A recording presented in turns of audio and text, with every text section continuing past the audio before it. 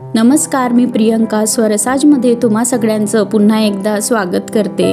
आज आपण पुन्हा एकदा थंडीतली स्पेशल अशी तुरीच्या दाण्यांची आमटी पाहणार आहोत। यासाठी मी पाव वाटी तूर दाणे सोलून घेतलेले आहेत। तुम्ही पाहू शकता अगदी हिरवेगार तुरीचे दाणे आहेत। एका पॅन मध्ये मी हे तुरीचे दाणे आता भाजून घेणार आहे। त्यासाठी मीडियम फ्लेमवर आपण 5 ते 10 मिनिटं हे दाणे परतवून घेत भाजून घेणार आहोत। यामुळे भाजी शिजताना जास्त वेळ लागत नाही आणि तुरीचे दाणे सुद्धा छान मऊ असे होतात। त्यानंतर मी 2 मोठे कांदे घेतलेले आहेत। ते आपल्याला याप्रमाणे त्यांचं देठ काढून घ्यायचं आहे व कांद्याला मी अशी क्रॉसची फुली मारून घेणार आहे। हे कांदे आपण भाजून घेणार आहोत। या आमटीसाठी आपण खानदेशी काळा मसाला बनवणार आहोत। तर कांद्याला फुली मारून घेतल्यानंतर हे कांदे मी 10 ते 15 मिनिटं असेच ओपन गॅसवर भाजून घेणार आहे। कांदे छान आपल्याला काळे होईपर्यंत भाजून घ्यायचे आहेत। तूर दाणे थंड झाल्यानंतर मिक्सरच्या भांड्यात आपल्याला टाकून घ्यायचे आहेत। त्यानंतर एका दाण्याच्या 2च फोडी होतील याप्रमाणे मिक्सर आपल्याला हळूवार फिरवून घ्यायचं आहे। तूर दाणे आता तयार आहेत। कांदा देखील भाजून तयार झाला आहे।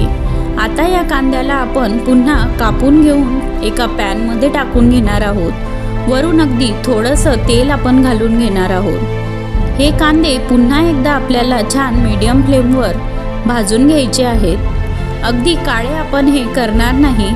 थोडेसे परतवून घेतल्यानंतर लगेचच यात मी खोबऱ्याचा कीस 5 ते 6 लसूण पाकळ्या व 1 इंच अद्रक यात घालणार आहे। हे देखील आपल्याला 1 ते 2 मिनिटं छान भाजून घ्यायचं आहे। आता हा मसाला आपल्याला थंड करायला बाजूला ठेवायचा आहे।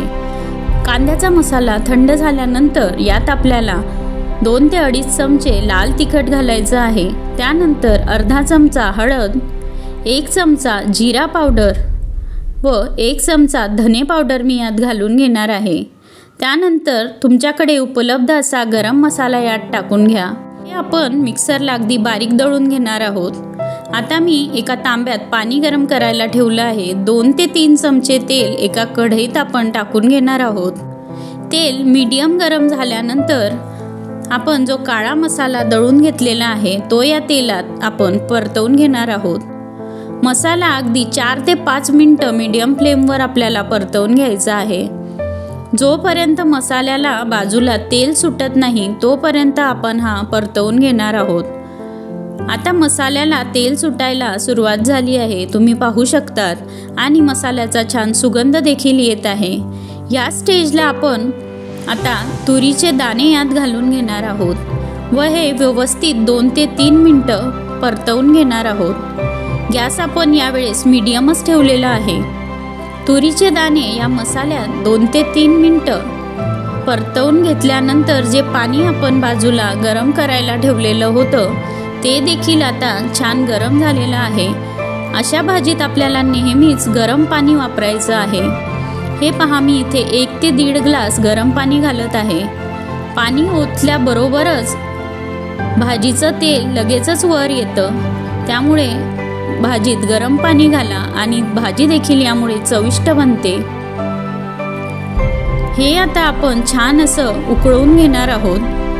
5 ते 10 मिनिटं मीडियम फ्लेमवर भाजीला छान उकळी आलेली आहे। यात आता चवीनुसार मीठ मी घालून घेत आहे। तुम्ही पाहू शकता अगदी छान तेल भाजीला वरती आलेलं आहे आणि भाजीचा रंग देखील अगदी सुंदर दिसत आहे।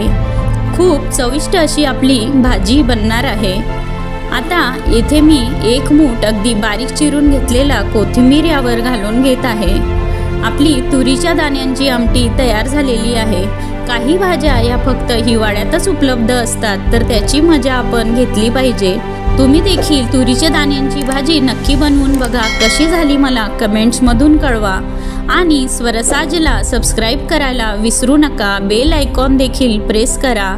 धन्यवाद।